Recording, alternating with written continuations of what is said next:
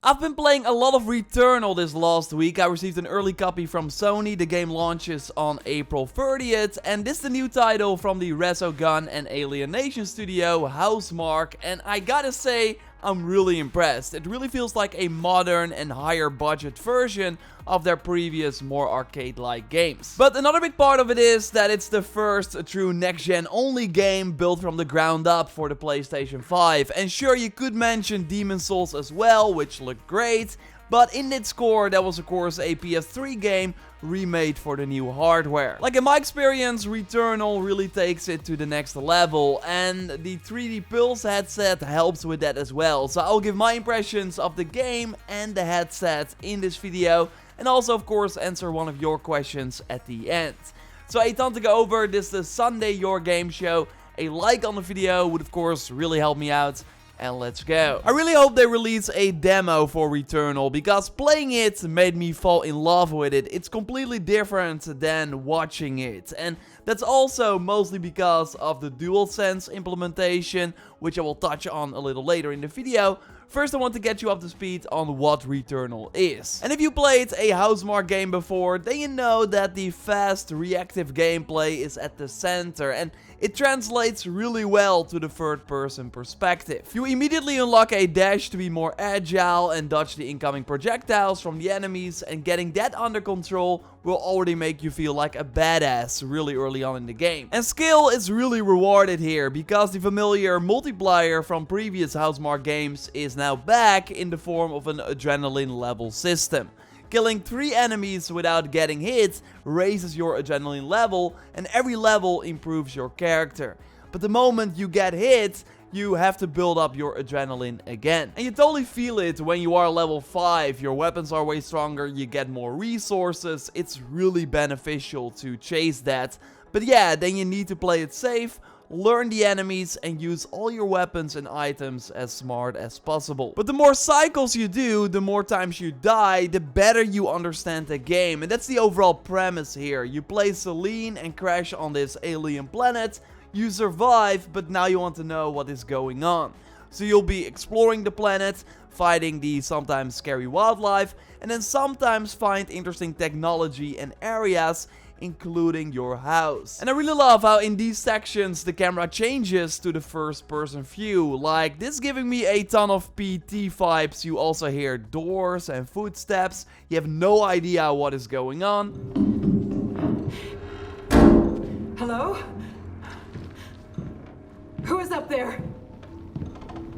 You are mostly spending your time fighting in the third person mode, so these short moments totally add some interesting dynamics to the overall game. I would not call it horror per se, like I'm not a big horror fan myself. This felt more mysterious and like a thriller. I really digged it actually. And you will return to this house multiple times throughout the game and then learn more and more about what is going on. Like, I already thought of some theories in my head, so the story has me intrigued so far, although this is still based on the early parts of the game. In this preview, I'm only able to talk about the first 2 biomes of the game, but there are 6 in total, and it's just overall really cool to leave the dark woods, which we also saw in a lot of pre-launch material, and then go to this desert-like area. Like, it totally gives off a completely different vibe, and in recent trailers we already also saw a jungle temple area and a snowy area, which should be cool to explore as well.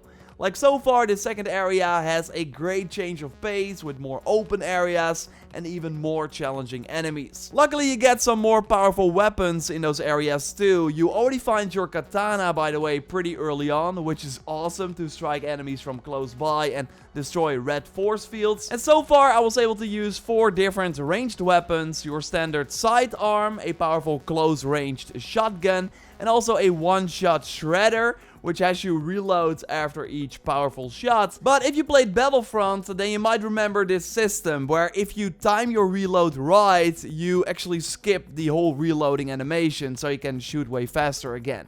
Really like that system, and it's in Returnal as well, and really fits the sort of fast gameplay. And my favorite gun so far is the assault rifle, and it just feels amazing to use these weapons thanks to the feedback when fighting enemies, but mostly because of the brilliant implementation of the DualSense. And the DualSense overall has been hit or miss for me. Especially during third-party games like Valhalla, it really seems that third-party developers still have to kind of figure out how to properly use the PS5 controller. While for the exclusives, it has been great so far. The extra feedback you get in Miles Morales, for example, when swinging or during the many cutscenes is brilliant. It just doesn't overstay its welcome and is just there to immerse you even more into the game, and Returnal really takes that to the next level. Like, you will immediately feel the rain in the controller when playing through this dark and rainy forest, but also when you pick up obolites that the enemies drop when they die, you feel it in the controller too, which really makes collecting these items just way more rewarding. Another thing I really like is how it handles the secondary fire option for weapons, which you can activate by holding the aim button, so L2. But because of the adaptive triggers, you basically have two options for L2.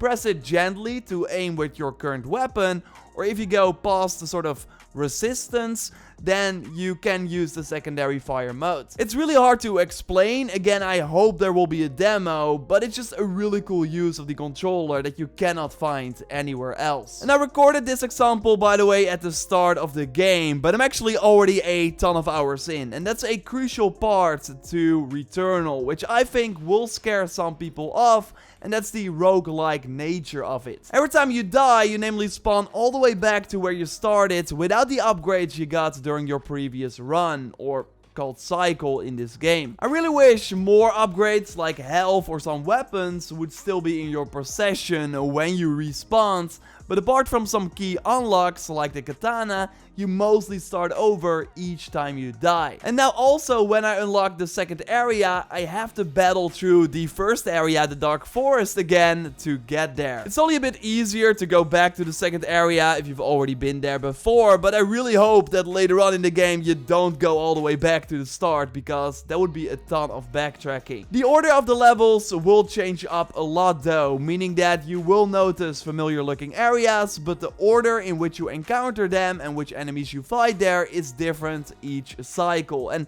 that totally adds some much needed variety. But yeah, Returnal is challenging, so there will totally be runs where you did not advance the main story at all, so we'll have mostly wasted time when spawning back to your ship. Because of the challenge, it's more satisfying when you do reach the end, so it's part of the charm as well. Also, like, even if you do not progress the main story, you will still become a better player and maybe learn more about the many items that you come across during your journey. Like, it's really fun to know what you're doing in this game and get better with the same tools that you had a few hours ago. It's still hard to say though for me if it will be worth the steep $70 or even €80 price tag in Europe. I think in terms of content, it's actually going to be fine. I've played like 5 hours right now and I'm still exploring the second area out of the 6. And again, it's challenging, so that will totally slow you down. But there are also some fun extras, like if you play with an online connection, you can actually encounter corpses from other players and then choose to either loot them or avenge them, which costs you less resources. But then you have to fight this powerful creature. Taking it out though gives you some amazing rewards, like finding these other players totally adds some nice twist to each cycle. And after completing the first region, you can also do daily challenges from a separate terminal in your ship, and these missions give you a set loadout with a super powerful weapon, sometimes even a weapon you've not encountered before, and some challenge modifiers as well, like starting with max integrity, so health in this game, where I actually got health back from attacking hostiles. But to make it more challenging, the enemies would drop pools of acid, which would damage me over time if I got too close, something that I did not encounter in the game before. So during these challenges, you want to be as fast as possible, and at the end you are rewarded with a score based on how well you performed. Like, these are pretty quick sessions, and I think it will be fun to do them for a long time after launch, even after finishing the main story. But yeah, I haven't encountered any other NPCs yet. Like, the story has been interesting, but also pretty light, and I've been running around in the same armor since the start, which is fine, but I do expect more from a full price game comparing it to other titles. The thing is though, Returnal is still like a really quality game. I actually can't wait to jump back in after making this video. So that totally says something, and I also think that if you have a PlayStation 5 right now, if you were lucky enough to buy one, then you're like itching for something that is really made for the system, right? Because 6 months after launch, we're still kind of lacking that. And Returnal seems to be a solid pick. Although again, my impressions are only based on like the first 2 areas. Totally wait for reviews that should appear around launch. What I can already talk about though is the 3D Pulse, or like Pulse 3D headset actually. That was of course like launched alongside the PlayStation 5. Sony sent it to me, full disclosure. And I totally get why they did it, because playing Returnal with this headset is even better. It basically, like the DualSense already immerses you way more into the game. Putting this headset on, like next level, like you hear a lot of things around you. 3D audio is basically like surround sound, but in a headset. It has more layers than that, but that's like an easy explanation. And because the DualSense is already great at like feeling things that are going on the screen, hearing it as well really helps you be even more immersed. Like I'm sitting pretty far away on the couch when playing on the bigger screen, but with this headset and the controller, feels like I'm way more into the game. It maybe sounds like a salesman, but that's totally kind of how I feel using this headset. Gotta say though, build quality, it doesn't feel that great when I put it on my head like for the first time. Had to get used to it a bit, so it's not like an amazing headset. It's $100, which I think is actually a pretty good price, but it's really the technology that is inside that makes it interesting. And knowing that, for example, Forbidden West, the next God of War, and all those games will utilize this headset, it's actually super exciting. Like, I don't want to go back to regular like TV, or I have like a Sonos as well. Like, this is way better for if you're like playing single player, and there is like a microphone in there as well for multiplayer. But playing single player, being more immersed in the game, in combination with the DualSense, I'm really enjoying this. So thanks a lot Sony for sending it. Oh, and by the way, one more thing about the headset. It's really easy to use. You just plug in this USB into the PS5. It immediately recognizes the headset and you can start using it. And you can charge it with a USB-C cable. So that is really nice. And I mentioned Horizon Forbidden West and the next God of War, and we actually got a question about that from Lims MJ. Do you have news on God of War and when it may be coming out? Of course, at the end of every Sunday video, I answer one of your questions that you can leave in the comments under this video, then I might answer it in the next one. So yeah, next God of War, not coming out this year. Of course, we had the teaser saying 2021. Yeah, I don't think that was ever realistic, so spring 2022 at the earliest is what I think, and we might hear about it in the summer. So Sony right now is like announcing some smaller things, like for example that they're working on a brand new multiplayer IP with Firewalk Studios, which includes like a ton of veteran developers working on Destiny, for example. So pretty big deal, but yeah, no gameplay or trailer whatsoever, just hey, this is coming likely in the next few years, 3 years or something maybe. Things that are more imminent will likely be announced in a summer event, as we've been seeing for many years now. Of course, we have many companies now, including Microsoft, attending E3 again, which is around June 12th. So I totally think like Sony is not going to be part of E3, that they will be like either before that or after that in June as well. And that is going to be a very exciting show with finally Forbidden West gameplay like it has to be. A new trailer for God of War, maybe with like a more realistic release timing. Last of Us Remake has been rumored, maybe that will be announced here. Hopefully some surprises, like new IP. I'm really curious about those. So it's gonna be a big show, and that is where we will finally like see what the future for PS5 is gonna look like. Well, in the meantime, like 2021 is finally catching up a bit. Like it's finally getting going. We got some cool games in May. We of course have Returnal and then Ratchet in June for PS5 exclusives. So we finally have some cool things to play in 2021 and some really cool announcements I think to look forward to in the summer. I'll of course keep you up to date here in these Sundays videos and in my regular content, so subscribe to miss nothing. A like on the video would of course really help me out. Are you interested in Returnal?